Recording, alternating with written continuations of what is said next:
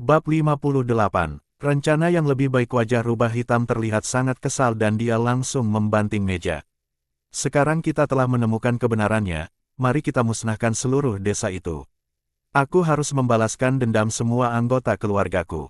Tidak masalah, aku akan memberimu 100 orang, kamu bisa memimpin mereka ke sana untuk menyerang mereka. Si muka iblis berkata dengan murah hati. Apakah bos tidak pergi? Rubah hitam terlihat penuh keraguan. Karena tidak ada orang yang hebat yang akan dihadapi, jadi aku tidak perlu pergi. Aku akan mengadakan jamuan makan di desa dan menunggumu kembali dengan muatan penuh. Oke, aku akan memimpin pasukan keluar malam ini. Tetapi, 100 orang mungkin tidak cukup untuk mengepung seluruh desa mereka, bisakah kamu memberiku lebih banyak lagi, saudaraku? Si muka iblis memikirkannya sejenak. Kalau begitu, kamu bisa membawa 200 orang bersamamu. Kamu harus melakukannya dengan rapi dan tidak meninggalkan bukti apapun, jangan khawatir, bos. Saya tidak akan pernah membiarkan siapapun mengetahui bahwa kitalah yang melakukannya. Kalau begitu cepat pergi dan bersiaplah. Bawalah beberapa kereta kuda dan bawa pulang semua makanan dan harta mereka. Lin Hai tidak tahu kapan para bandit akan datang menyerang, namun dia sudah mempersiapkannya terlebih dahulu. Sekarang seluruh desa telah melakukan persiapan aktif untuk berperang. Pada malam hari, api unggun dinyalakan di tempat latihan seni bela diri desa, di mana orang bisa makan, minum dan bersenang-senang. Suara tawa terdengar dari jauh. Para bandit telah mendekati desa dan bersembunyi di hutan. Melihat api unggun di desa, samar mereka bisa mendengar suara kegembiraan warga desa. Rubah hitam mengertakkan giginya sambil menahan amarah.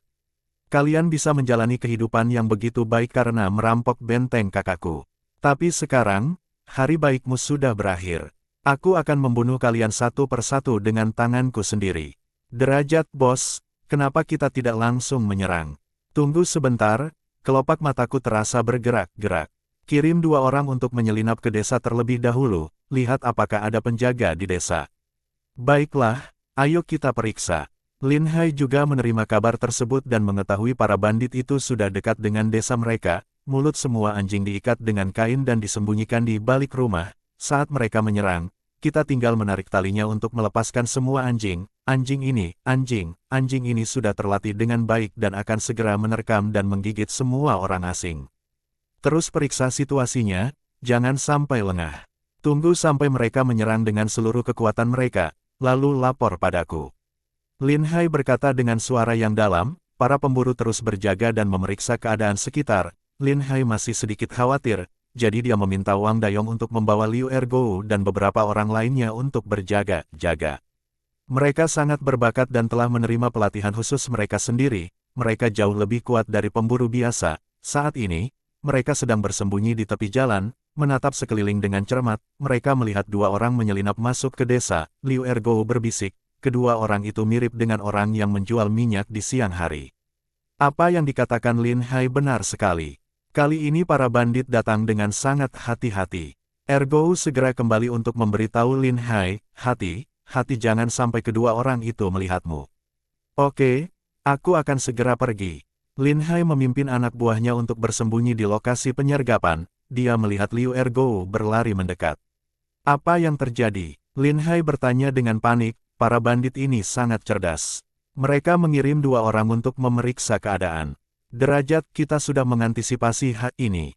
Semua orang harus bersembunyi dengan baik dan jangan sampai mereka melihat kita. Sesaat kemudian, 2 bandit itu berjalan menuju pintu gerbang desa. Setelah berjalan sedikit lebih jauh, mereka mendengar sorak-sorai penduduk desa. Beberapa warga desa bernyanyi dengan lantang, terlihat sangat gembira. Komandan kedua terlalu berhati-hati.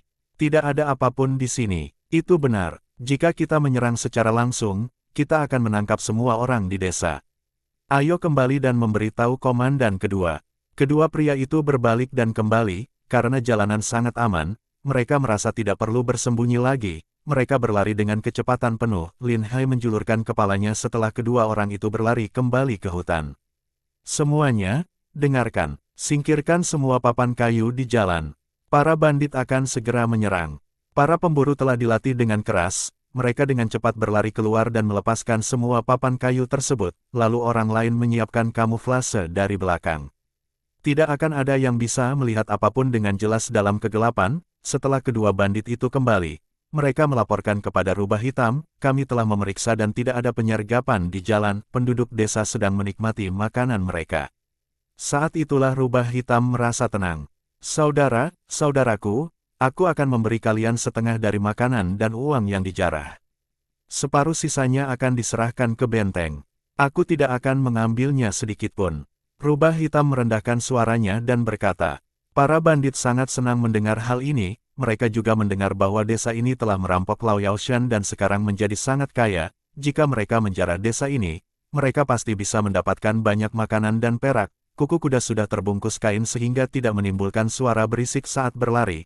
Mereka menaiki kudanya dan bergegas menuju desa sambil mengacungkan pedang mereka. Rubah Hitam selalu sangat berhati-hati dan tidak pernah memimpin mereka dari depan. Dia selalu berada di tengah pasukan. Jika menghadapi bahaya, dia akan menjadi orang pertama yang berbalik untuk melarikan diri, karena dia selalu sangat waspada. Dia tidak pernah terluka saat pergi merampok. Mendengar suara tapak kuda yang samar, Lin Hai dan para pemburu menatap ke depan dengan cermat. Mereka merasa tidak tenang, karena di malam hari, mereka tidak tahu berapa banyak bandit yang akan datang. Mereka hanya bisa berharap agar yang datang tidak terlalu sedikit atau tidak terlalu banyak. Jika jumlah orang yang datang terlalu sedikit, membunuh mereka semua tidak akan ada gunanya, karena masih akan banyak bandit yang mempertahankan benteng jika Lin Hai berniat untuk menyerang benteng mereka. Jika sangat banyak bandit yang datang, kita mungkin akan kesusahan meskipun kita melakukan penyergapan. Kecepatan serangan mereka sangat cepat, dari suaranya mereka sudah sampai di depan hanya dalam beberapa sesaat. Mereka mulai menyerang sambil berteriak keras. Para pemburu menyaksikan para bandit yang menyerang masuk ke desa. Akhirnya, bandit paling depan terjatuh dengan keras, dan kuda di belakangnya pun menginjak jebakan dan ikut terjatuh. Oh tidak, ini penyergapan, cepat mundur. Seorang bandit bereaksi dan berteriak dengan keras. Saudaraku, tembakan anak panah, jangan biarkan ada yang lolos. Lin Hai berteriak, para pemburu menembakkan panahnya, para bandit itu berdiri sangat banyak, jadi tidak perlu membidik secara spesifik. Setelah serangan panah ini, mereka segera mengganti busur dan anak panahnya. Pada saat ini, para wanita di desa melepas kain dari mulut anjing dan melepaskan semua anjing pemburu itu. Para bandit baru saja mengalami hujan anak panah, sudah memakan banyak korban jiwa, dan saat ini mereka mendengar suara gonggongan anjing yang sangat keras. Bab 59. Menangkap ikan besar. Para bandit yang sudah panik itu semakin ketakutan saat mendengar suara gonggongan sekelompok anjing pemburu, apalagi di malam yang begitu gelap. Mereka sangat panik dan tidak bisa melihat apapun, tapi berbeda dengan anjing pemburu itu. Mereka masih bisa melihat dengan jelas di malam hari. Anjing pemburu itu menyerang dari kedua ujung jalan dan menggigit para bandit dengan ganas. Jalan utama di desa langsung berubah menjadi neraka asura. Lin Hai takut akan menyakiti anjing itu. Dia langsung berteriak, nyatakan obornya. Dengan sekejap, obor di kedua sisi jalan menyala dengan terang. Dari sekitar 200 bandit, banyak dari mereka sudah terbunuh dan terluka oleh serangan anak panah. Sebagian besar bandit yang selamat itu terluka, dan banyak yang terjatuh ke dalam perangkap. Mereka diserang lagi oleh anjing pemburu. Dengan terang obor, posisi para bandit dapat terlihat dengan jelas. Para pemburu langsung menarik busur dan menembakkan anak panahnya. Mereka berniat membunuh semua bandit ini tanpa menyisakan satu orang pun yang hidup. Lin Hai mengeluarkan senjata apinya dan mengarahkannya ke arah para bandit yang berdiri berkelompok, dan terdengar suara ledakan yang keras. 5 atau 6 bandit itu langsung terjatuh ke tanah.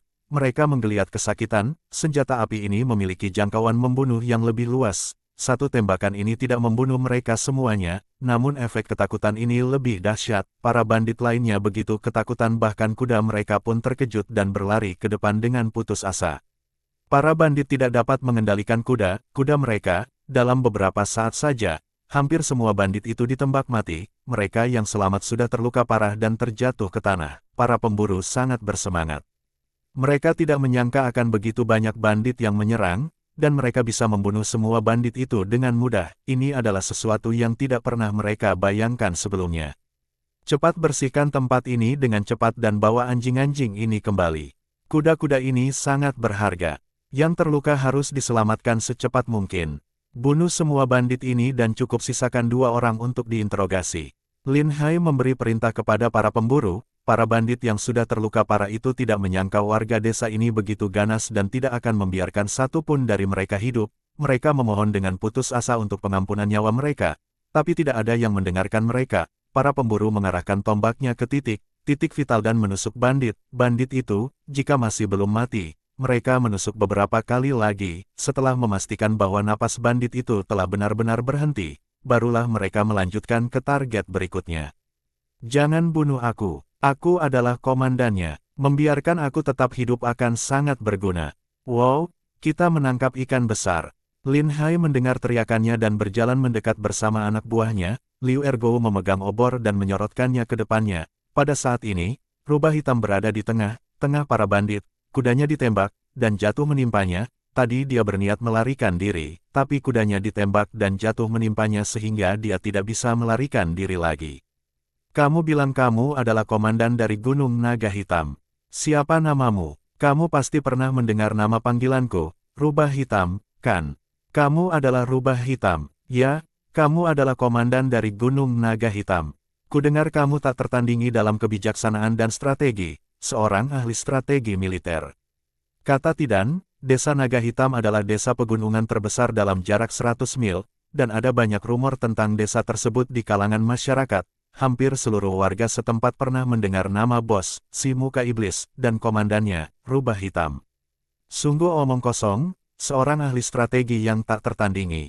Menurutku tidak sehebat itu. Mereka, semua dikalahkan hanya dalam satu pertempuran. Lin Hai berkata dengan nada menghina.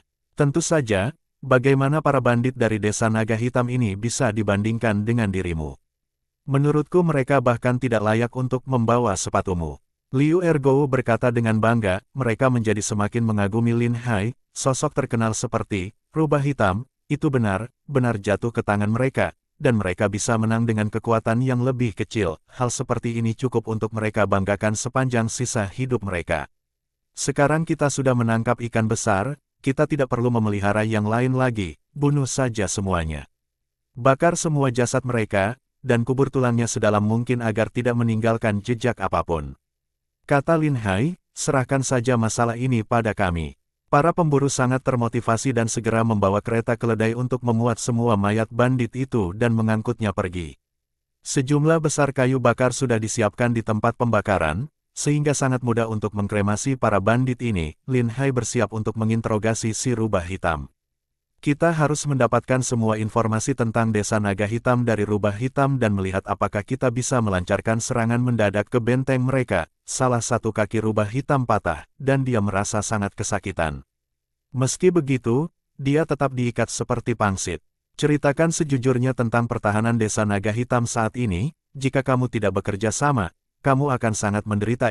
Lin Hai berkata dengan tenang. Lao Yaoshan dihancurkan olehmu, kan?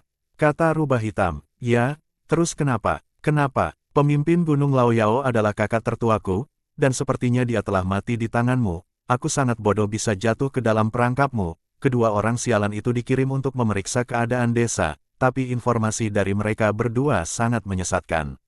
Kalau tidak, bagaimana aku bisa jatuh ke tanganmu? Rubah Hitam sangat menyesalinya kejadian ini. Wang Dayong mengerutkan bibirnya dan berkata, dari awal kami telah mengetahui tipu muslihatmu. Setelah kita menghancurkan Lao Yaoshan, naga bermata satu berkata bahwa saudaranya berada di Desa Naga Hitam. Kami sudah melakukan persiapan sejak saat itu. Kami tidak hanya memasang banyak jebakan, kami juga tetap waspada terhadap orang asing yang datang untuk memantau keadaan desa. Setiap orang asing yang datang ke desa akan diperiksa, dan pulang dengan membawa informasi palsu. Rubah Hitam memandang Lin Hai dengan ekspresi tidak percaya. Jadi aku dikalahkan olehmu. Jangan banyak omong kosong lagi, kami sedang terburu-buru. Jika kamu pintar, tolong jelaskan detail situasi pertahanan Desa Naga Hitam. Kalau tidak, jangan salahkan kami karena menyiksamu. Jadi begitu, kamu sengaja memancing kami untuk merampok desa ini, lalu diam menyerang benteng pertahanan kami di malam hari. Orang Gunung Lao Yao dikalahkan olehmu dengan cara yang sama seperti ini. Rubah Hitam tidak menjawab, tapi berteriak keras. Ya, sepertinya kamu tidak sebodoh itu, dan bisa mengetahui rencanaku begitu cepat, tapi meski kamu mengetahuinya, itu tidak ada gunanya. Ceritakan sekarang, aku akan memberitahu kamu bahwa Desa Naga Hitam sangat berbeda dengan Gunung Lao Yao. Pertahanan di dalam benteng sangat ketat. Apapun yang terjadi, setidaknya ada ratusan orang yang menjaga di sana. Tidak peduli siang atau malam. Jangan pernah berpikir kalian bisa melancarkan serangan diam. Jadi kamu bertekad untuk tidak bekerja sama. Tidan Situ, aku serahkan dia kepada kalian. Tidan dan Situ sudah menyiapkan bawang putih tumbuk yang sudah dicampur bumbu. Dia berjalan membawa mangkuk dan menuangkan cairan itu ke hidung dan mulut rubah hitam tanpa ragu-ragu. Rubah hitam tidak pernah menerima penyiksaan seperti ini. Dia tercekik hingga air matanya mulai mengalir di wajahnya. Ketika dia membuka mulut untuk berbicara, segenggam bawang putih tumbuk langsung dimasukkan ke dalam mulutnya. Pedasnya membuatnya terbatuk-batuk dengan hebat. Bab 60. Metode interogasi. Meskipun hukuman ini sangat menyiksa, namun rubah hitam terus berteriak dengan keras dan meronta mati-matian. Dia mencoba untuk menahan rasa sakit dari siksaan ini. Dia sangat tangguh dan tidak memohon belas kasihan dari awal sampai sekarang. Lin Hai memperhatikan hal ini dari samping. Alisnya berkerut. Awalnya Lin Hai mengira dia sangat takut mati dan akan memohon belas kasihan jika disiksa sedikit pun. Lin Hai tidak menyangka dia bisa bertahan begitu lama. Baiklah, berhenti sejenak. Biarkan dia santai dulu dan jangan siksa dia sampai mati. Kata Lin Hai. Rubah hitam akhirnya mendapat kesempatan untuk bernapas. Dia terengah-engah. Sekarang kamu sudah tahu akibatnya tidak mau bekerja sama. Beritahu aku semua yang kamu ketahui. Jika tidak, akan ada siksaan yang lebih berat menunggumu. Hahaha, apa menurutmu aku tidak tahu? Jika aku tidak mengatakan apa-apa, aku bisa hidup lebih lama. Jika aku menceritakan semuanya padamu, maka saya tidak akan berguna lagi untuk kalian. Kalian pasti akan segera membunuhku untuk membungkamku. Kata rubah hitam sambil tertawa lebar. Dia sudah sering mengalami hal seperti ini, jadi dia berusaha sekuat tenaga untuk menahan siksaan ini dan tidak mau memohon belas kasihan. Orang ini masih keras kepala sampai sekarang. Aku akan memberinya pelajaran. Situ memiliki temperamen yang buruk. Dia bergegas maju, menjambak rambutnya dan mulai memukulinya. Pukul aku sekuat yang kamu bisa. Jika kamu membunuhku, tidak ada yang bisa memberitahumu informasi yang ingin kalian ketahui. Situ, berhenti. Dia benar, kita tidak bisa menyiksanya sampai mati.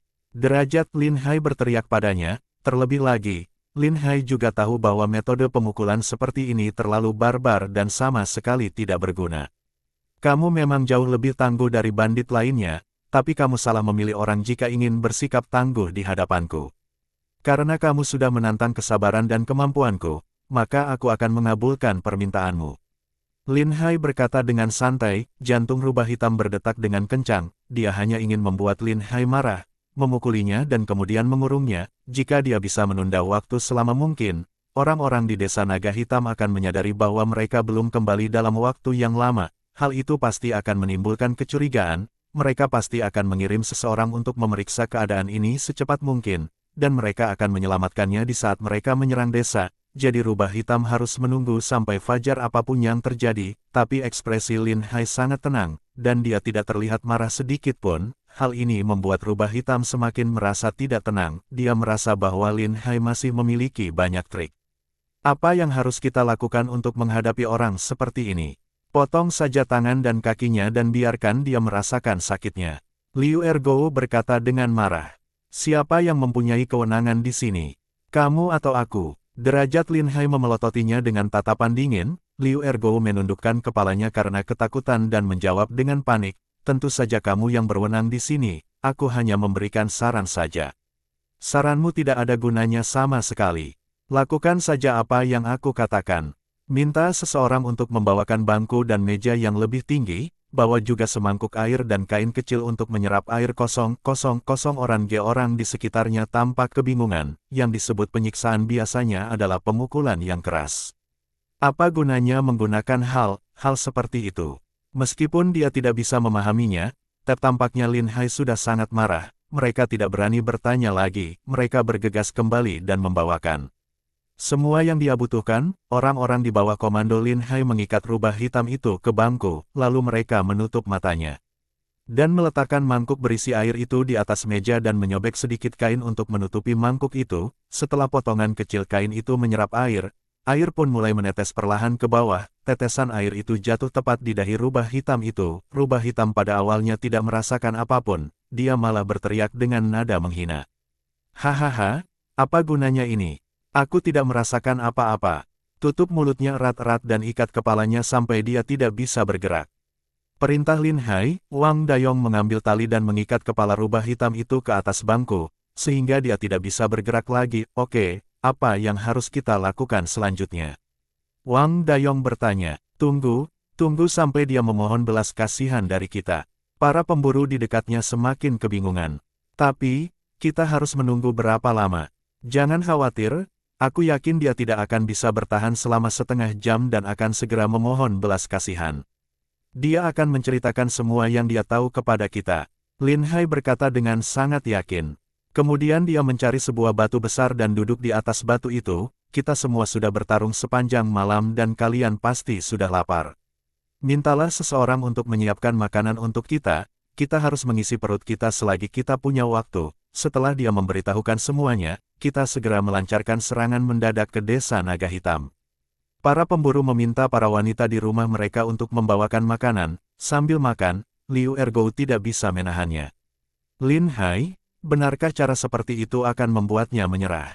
Tentu saja, tidak ada yang bisa menahan penyiksaan seperti itu. Bahkan orang terkuat pun tidak akan mampu menahan siksaan seperti itu. Tapi menurutku itu hanyalah setetes air kecil, tidak akan berpengaruh sama sekali. Lin Hai tersenyum dan berkata, jika kamu ingin dia cepat menyerah, kamu bisa mencari bulu angsa untuk menggelitik telapak kakinya, dia akan menjadi semakin tersiksa saat itu. Baiklah, aku akan pulang untuk menangkap angsa dan mencabut bulunya. Lin Hai sedang makan dan menyaksikan rubah hitam sedang berjuang mati-matian. Sebenarnya rubah hitam sudah tidak tahan lagi, tapi mulutnya diikat dan tertutup seluruhnya. Dia ingin berteriak keras-keras, tapi tidak bisa melakukannya. Dia sudah tidak tahan bahkan sebelum setengah menit berlalu, dan dia ingin berteriak minta ampun, tapi tidak ada yang menyadarinya. Setelah beberapa saat, Liu Ergo kembali dengan membawa 2 bulu angsa. Tidan, ayo kita lakukan. Tidan menghabiskan makanan yang di tangannya dan berkata, baiklah, kita tidak bisa membiarkan orang ini keenakan. Mereka melepas sepatu si rubah hitam, sambil memegang bulu angsa, mereka terus menggosokkannya ke telapak kaki si rubah hitam, seluruh otot di tubuh rubah hitam mulai bergetar. Jelas sekali tindakan ini membuatnya sangat tersiksa.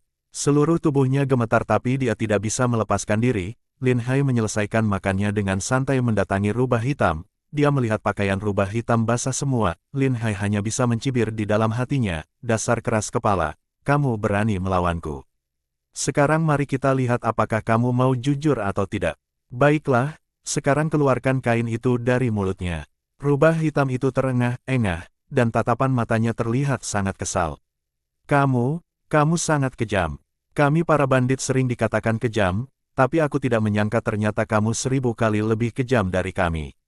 Baguslah kalau kamu sudah tahu sekarang, jika kamu tidak ingin terus menderita seperti ini, maka ceritakan saja semua yang kamu tahu. Kalau tidak, aku punya metode penyiksaan yang lebih kejam menantimu. Bersambung